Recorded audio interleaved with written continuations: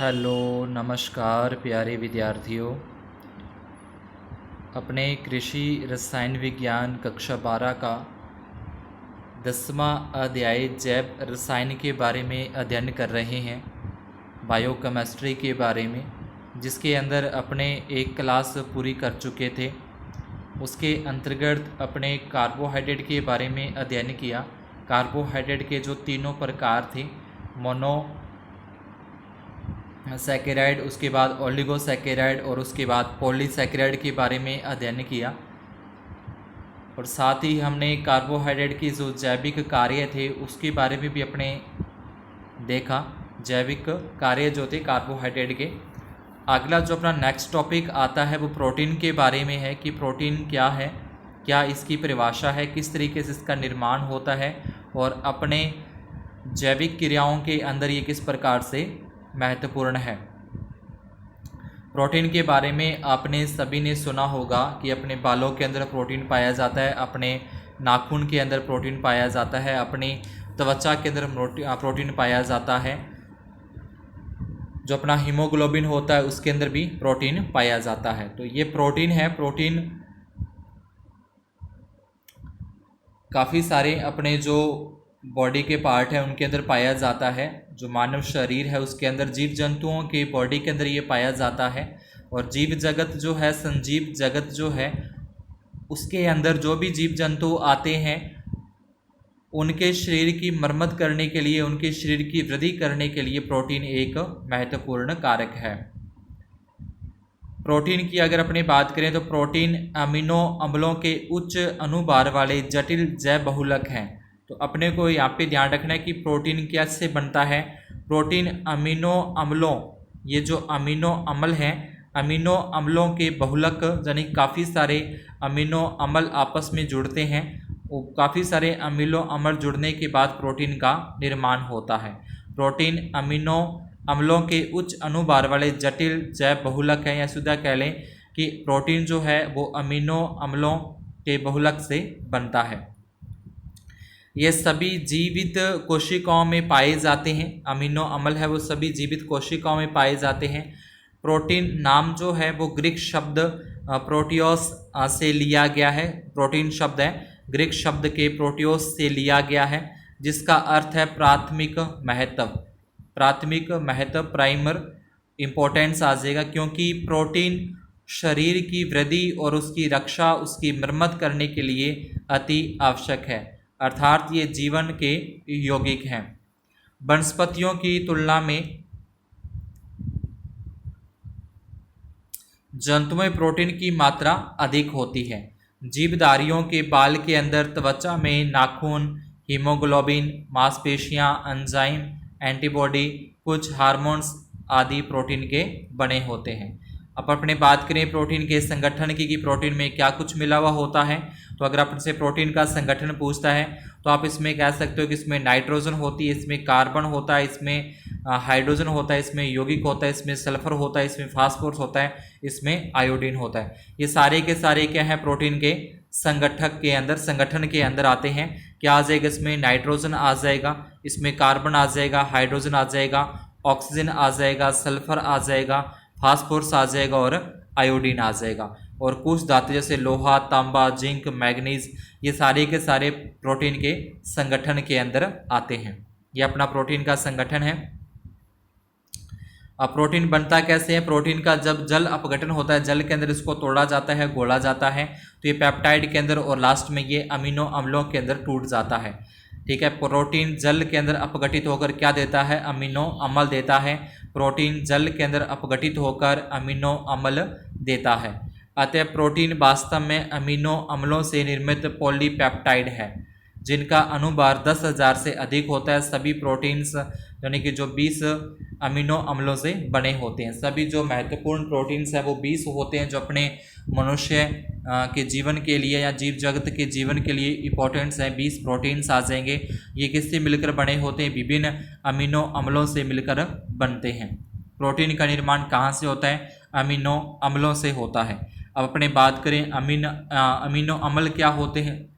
अगर बात की जाए अमीनो अम्ल क्या होते हैं। अपने देखा कि जो प्रोटीन है, प्रोटीन अपने बालों के अंदर, शरीर के अंदर, नाखूनों के अंदर पाई जाती है।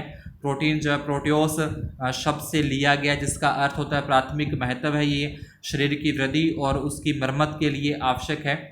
प्रोटीन कहाँ से कैसे बनता है, तो प्रोटीन के संगठन के बारे में अपने देखा और उसके बाद देखा कि प्रोटीन का जल अपघटन होने के बाद अमीनो अम्ल का निर्माण होता है, यानी कि वास्तव में जो प्रोटीन है वो अमीनो अम्लों से बनता है।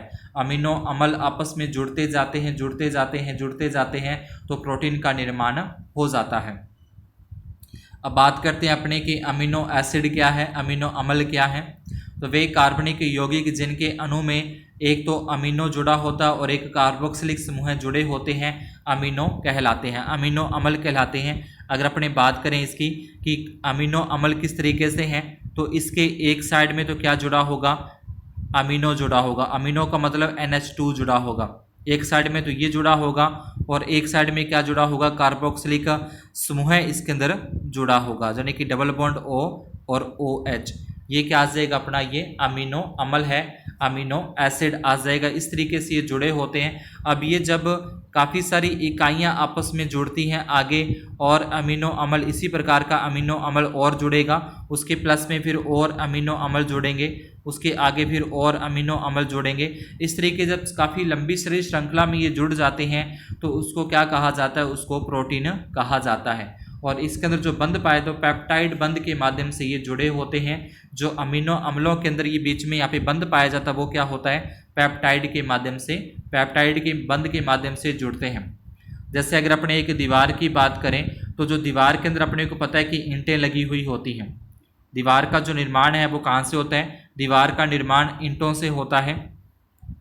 तो इसी प्रकार से अपने से पूछे कि प्रोटीन का निर्माण कहाँ से होता है, तो प्रोटीन का निर्माण अमीनो अम्लों से होता है। अब ईंटों को जोड़ने के लिए इसके बीच में अपने मसाला भरते हैं, सीमेंट बजरी वगैरह भरते हैं।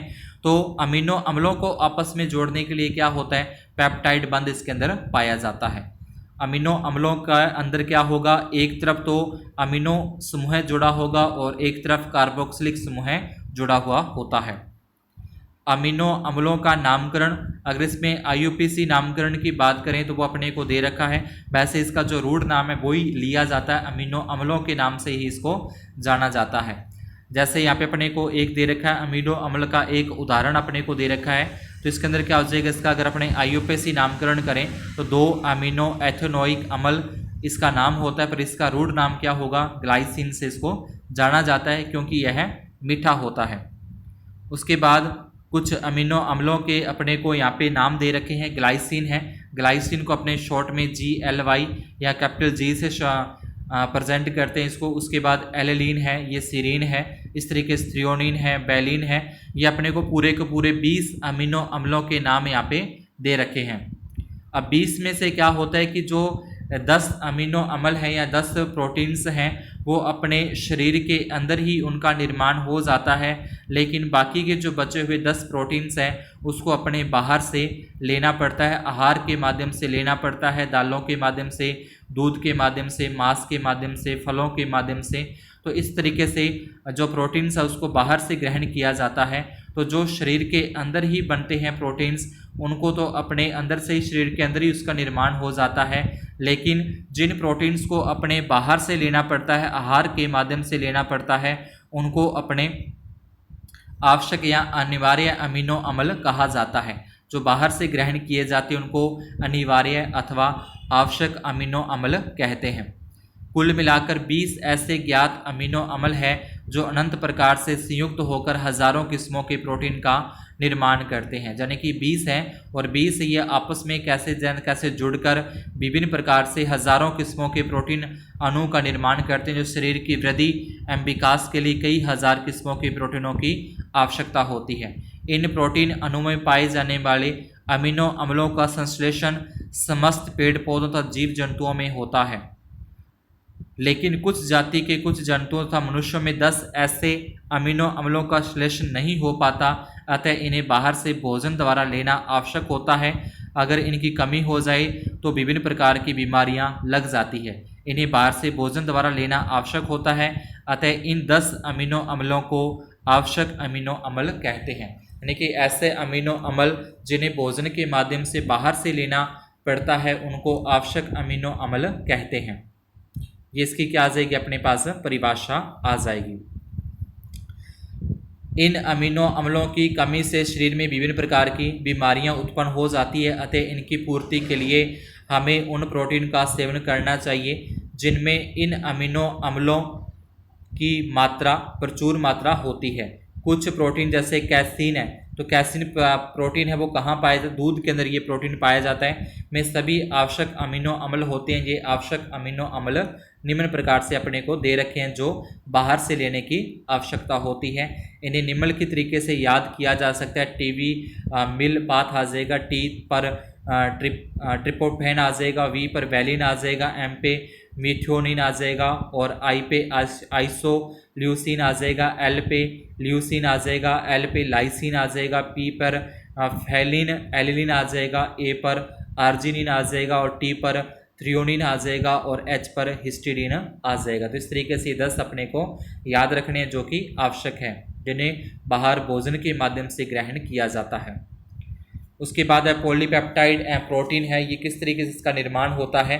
पेप्टाइड के एक सिरे पर मुक्त कार्बोक्सिलिक तथा दूसरे सिरे पर मुक्त अमीनो समूह होता है। जब भी अभी मैंने आपको एक रिएक्शन लिख के दिखाई थी सेम उसी तरीके से कि पेप्टाइड जो होता है, पेप्टाइड जो बंद होता है, पेप्टाइड बंद के एक सिरे पर कार्बोक्सिलिक COOH समूह होता है और दूसरे सिरे पर अमीनो NH2 समूह होता है।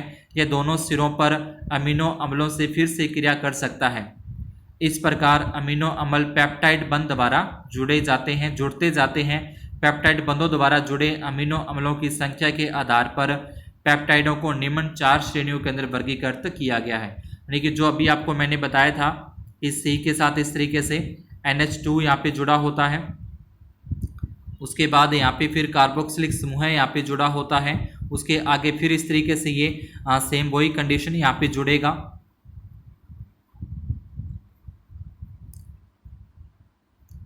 इस तरीके से ये काफ़ी सारे आगे के आगे जुड़ते जाते हैं।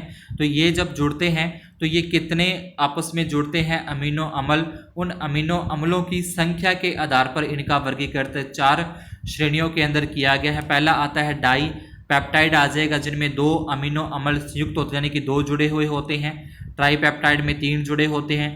ट्रेटा पेप्टाइड के अंदर जिसमें 4 जुड़े होते हैं और पॉलीपेप्टाइड जिसमें 10 से ज़्यादा कितने भी जुड़े हुए हो सकते हैं। ठीक है, तो 4 श्रेणियों के अंदर बांटा गया। डाइपेप्टाइड जिसमें 2 अमीनो अम्ल जुड़े होंगे, ट्राईपेप्टाइड जिसमें 3 अमीनो अम्ल जुड़े होंगे, टेट्रापेप्टाइड जिसमें 4 अमीनो अम्ल जुड़े हुए होते हैं और पहली पॉलीपेप्टाइड का मतलब, पॉली का मतलब ही 10 से ज़्यादा होता है। जैसे अपने पॉलीसैकेराइड किया था उसमें भी 10 से ज़्यादा थे, तो पॉलीपेप्टाइड का मतलब क्या, जिसमें 10 से ज़्यादा अमीनो अम्ल आपस में जुड़े हुए होते हैं। ये नीचे अपने को यहाँ पे एक उदाहरण के माध्यम से समझा रखा है कि किस तरीके से आपस में पॉलीपेप्टाइड बंध के द्वारा जुड़े हुए होते हैं। इसको अपने यहाँ पे थोड़ा सा समझ लेते हैं किस तरीके से जुड़ते हैं। यहाँ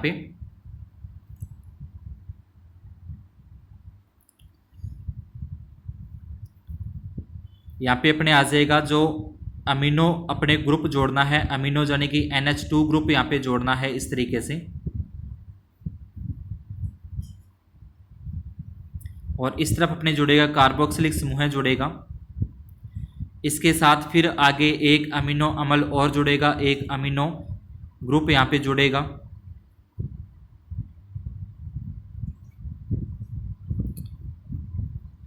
ये कार्बोक्सिलिक समूह आ जाएगा। उसके आगे फिर उसी तरीके से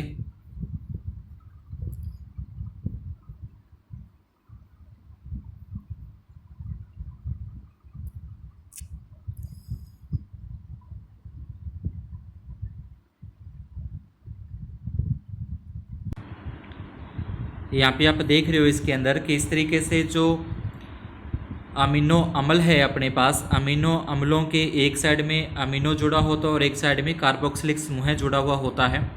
तो ये तो अपना आ जाएगा अमीनो ग्रुप आ जाएगा, ये कार्बोक्सिलिक ग्रुप आ जाएगा। फिर यहाँ पे अमीनो ग्रुप आ गया, यहाँ पे कार्बोक्सिलिक आ गया, यहाँ पे अमीनो ग्रुप आ गया और यहाँ पे कार्बोक्सिलिक ग्रुप आ गया। अब ये जब आपस में जुड़ते हैं तो जुड़ने के बाद ये H और OH जो हैं, H और OH यानी कि H2O का निर्माण कर लेते हैं और जल का निर्माण हो जाता, जल अलग से मुक्त हो जाता है और उनके बीच में ये दोनों जो नाइट्रोजन और कार्बन है, ये जो नाइट्रोजन और कार्बन है ये एक बंध के माध्यम से जुड़ जाते हैं जिसको पेप्टाइड बंध के नाम से जाना जाता है। यानी कि यहाँ से OH निकल जाएगा, यहाँ से एक तो OH निकल जाएगा और एक H निकल जाएगा, तो ये बीच में एक बंध का निर्माण हो जाए जिसको अपने क्या बोलते हैं, पेप्टाइड बंध के नाम से जाना जाता है। इस प्रकार से ये जो अमीनो अम्ल है ये आपस में जुड़ते जाते हैं और काफ़ी सारी संख्या के अंदर जुड़कर ये प्रोटीन का निर्माण करते हैं। तो इस तरीके से अपने इसको दिखा सकते हैं, ये पूरी की पूरी अपनी रिएक्शन हो जाएगी। आप चाहो तो इसको वीडियो को पॉज करके ये रिएक्शन को इस तरीके से आप नोट भी कर सकते हैं। उसके बाद आगे अपना टॉपिक इसके अंदर आता है